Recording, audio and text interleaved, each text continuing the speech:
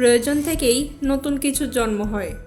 Russia যখন শত শত সস্তা শাহেদ ড্রোন দিয়ে ইউক্রেনকে আক্রমণ করতে শুরু করলো, তখন ইউক্রেন এক ভয়ঙ্কর ফাঁদের মধ্যে পড়ে যায়। একটি সস্তা ড্রোন ধ্বংস করতে তাদের ব্যবহার করতে হচ্ছিল লাখ লাখ ডলারের ক্ষেপণাস্ত্র। প্রতিটি সফল প্রতিরক্ষা ইউক্রেনকে আরও দরিদ্র করে তুলছিল। রাশিয়ার কৌশল ছিল সহজ, সস্তা ড্রোন পাঠিয়ে ইউক্রেনের দামি প্রতিরক্ষা ব্যবস্থা নিঃশেষ করা। তখন ইউক্রেনের সামনে ছিল মাত্র দুটি পথ: পশ্চিমাদের কাছে আরও ক্ষেপণাস্ত্র ভিক্ষা করা অথবা পুরো খেলার নিয়ম বদলে ফেলা। আর ঠিক এইখান থেকেই জন্ম নেয় ইন্টারসেপ্টর ড্রোন। 2026 সালের মার্চ মাসে এই প্রযুক্তি বিশ্বকে চমকে দেয়। মাত্র এক মাসে ইউক্রেন 33,000-এরও বেশি রুশ আকাশ লক্ষ্যবস্তু ধ্বংস করে। ফেব্রুয়ারির তুলনায় যা ছিল 100% বৃদ্ধি। এই ড্রোনগুলোর সবচেয়ে বড় শক্তি হলো এর খরচ খুবই কম। একটি ইন্টারসেপ্টরের দাম মাত্র $1,000 থেকে $2,500, যেখানে একটি প্যাট্রিয়ট ক্ষেপণাস্ত্রের দাম $1,000,000। অর্থাৎ একই বাজেটে ইউক্রেন এখন শত শত গুণ বেশি হুমকি মোকাবেলা করতে পারছে। সবচেয়ে জনপ্রিয় মডেল স্টিং ঘটনায় 340 কিলোমিটার গতিতে উড়তে পারে। এতে রয়েছে থার্মাল ক্যামেরা, এআই সহায়ক গাইডেন্স এবং মাঝ আকাশে বিস্ফোরণ ঘটানোর ক্ষমতা। আর পিয়নসান মডেলটি এতটাই সস্তা যে এটিকে বিশ্বের সবচেয়ে সস্তা এয়ার ডিফেন্স সিস্টেম বলা হচ্ছে। ইউক্রেন শুধু ড্রোন তৈরি করছে না, তারা গড়ে তুলেছে এক ভয়ঙ্কর গোপন যুদ্ধ ব্যবস্থা। প্রতি মাসে 10,000-এরও বেশি ইন্টারসেপ্টর উৎপাদিত হচ্ছে। 280-টিরও বেশি কোম্পানি একসাথে কাজ করছে নতুন এই প্রযুক্তি নিয়ে।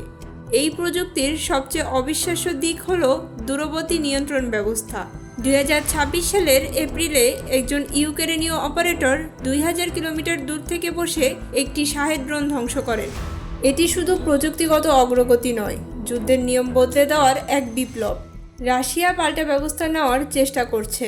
দ্রুতগতির ড্রোন, ইলেকট্রনিক জ্যামিং সবকিছুর ব্যবহার করছে, কিন্তু ইউক্রেন প্রতিবারই আরও দ্রুত তা ধ্বংস করছে।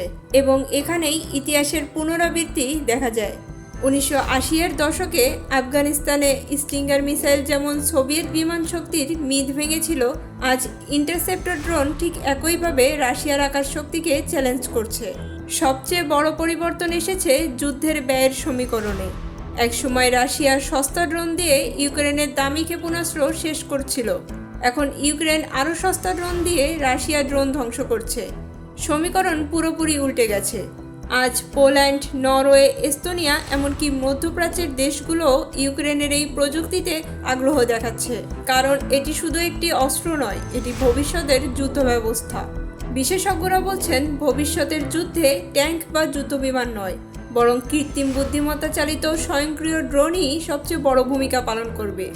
আর ইউক্রেন ইতোমধ্যেই সেই ভবিষ্যতের যুদ্ধক্ষেত্র তৈরি করে ফেলেছে।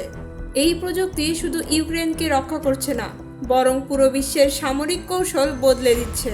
অনেক দেশ এখন ইউক্রেনের মডেল অনুসরণ করে নিজেদের প্রতিরক্ষা ব্যবস্থা নতুনভাবে সাজাতে শুরু করেছে। ইউক্রেন দেখিয়ে দিয়েছে যুদ্ধ জেতার জন্য সবসময় সবচেয়ে দামি অস্ত্র লাগে না। কখনো কখনো সবচেয়ে বড় শক্তি আসে দ্রুত উদ্ভাবন, গণ উৎপাদন এবং প্রযুক্তিগত অভিযোজন থেকে। আর প্রতি রাতে আকাশ থেকে আরেকটি শাহেদের পতন সেই বাস্তবতাকেই প্রমাণ করছে।